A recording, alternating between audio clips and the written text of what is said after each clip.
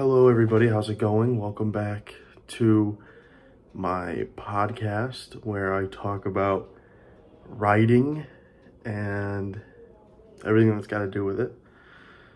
Today, I'm just gonna be talking about an article that I read,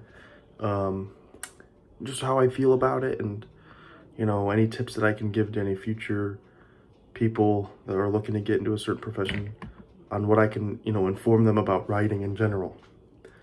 So the article that I chose to look at is called Play-by-Play, Literate Activity on and Off the Football Field.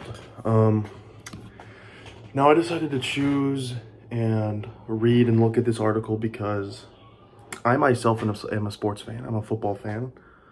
So I thought that, it would be best to kind of read and, react to something that I'm already kind of interested in. So that's why I chose the one about football. Now, the article itself is just pretty much an interview between a football coach and two reporters. And, they ask the coach what kind of writing he does as a football coach, and he explains that, he's drawn up plays, is a lot of, what the writing he does, naming them. But he also explains, not just the playbooks, but it's notes, on film, installs, schedules, practice plans, so on. Coaching, an underrated profession on writing. And it's interesting because I brought a little visual aid here.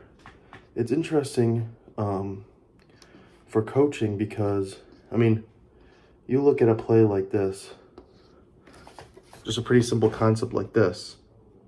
But if you just change one little thing, right? So like this would have its own name. This would have its own play name in the playbook.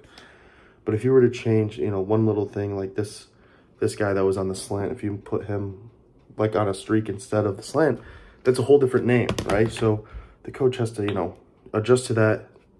And the players also need to just understand what's going on, which is why I think coaching is a very,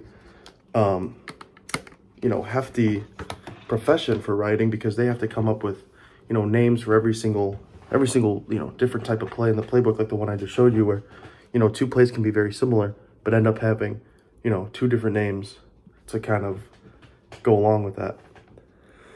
I have thought about wanting to get into coaching myself in the future. And I know after reading this article, I have a better understanding of, what I'd be getting myself into writing wise for the coaching. It's a lot of stuff.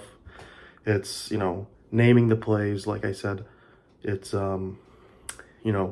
taking notes on watching film, schedules, stuff like that, practice plans. It's a whole boat, everything that, when people think about writing intensive professions, they don't really think about coaching, which they probably should. Now, to help with people, going into future professions, based on the article I read, it would probably help to not underestimate the amount of writing that you would have to do for your job. Like, people look at a coach and they're like, oh, like, they're just going out there calling the plays and whatever. But, they got to write all those plays. They got to write all those practice plans and schedules and stuff. So the best piece of advice I could give you is to not underestimate what you would be getting yourself into writing-wise in the future. So that's about all I had for you guys today. I hope you guys enjoyed listening. Like I said, coaching, underrated profession for, having to write a lot. And, for the future, don't underestimate, how much writing you will end up having to do, because I assume it's probably going to be more than you anticipate.